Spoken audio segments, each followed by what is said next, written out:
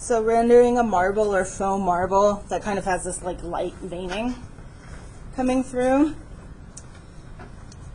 is going to be a lot about slowly building up layers around those veins. And where I'm going to start, I'm going to hold my breath and use this yellow. My preference would be to have more of a darker goldenrod yellow, and then bring in this sienna burnt ochre. I guess that's burnt ochre color. A sienna would work nicely too. Alright, so I'm going to start by just lightly, almost like fuzzily putting in my lines. Rather than putting them in like this, I'm going to go very fuzzy at first. Because what causes these things in the marble is like another pigmented earth or something has essentially stained it in layers. That's my understanding. I'm not a geologist.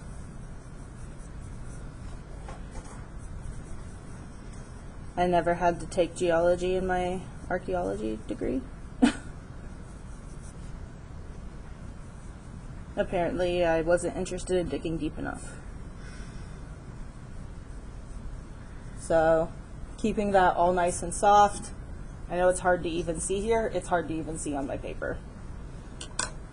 I'm going to do the same thing with the grays. And I'm noticing that they tend to kind of like wisp off. So, I'm going to let my shapes do that as well. Where I'm just putting in this in ever so lightly.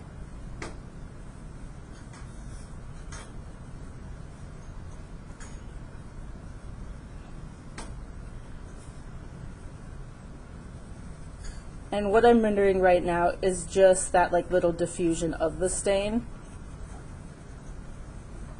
And then I'm going to render in the actual laminated material that is pressed between the main cortex of the rock here. I did learn some rock words. Alright, now I'm going to come in with my pen. Maybe I can turn this down just a little bit so that we can, it doesn't really get much better. And I'm going to just very lightly, and almost like I'm rendering in like light hairs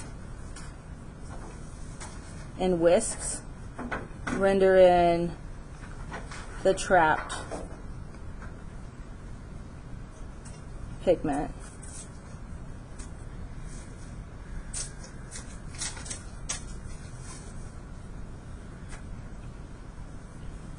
And I can do that light pearling right next to it to kind of fuzz it out.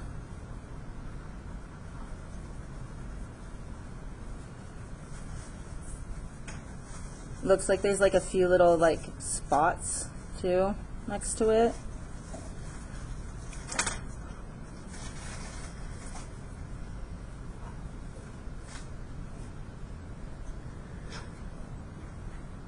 But I'm going to keep things light, and I always have the option to build up layers more.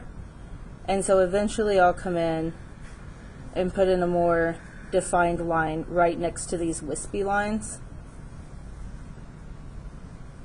But doing almost this underlayer of yellow helps it visually look as though that color is diffusing and leaching out into the white without me having to go in and do a lot of, if I just go in directly with the red, it's going to look too dark to start with. If I had more of like a yellow ochre color, that would be even better. And then I'm going to just darken up a few spots inside of this gray because it's pretty, if this was wood, I would call it spalted, just kind of random throughout.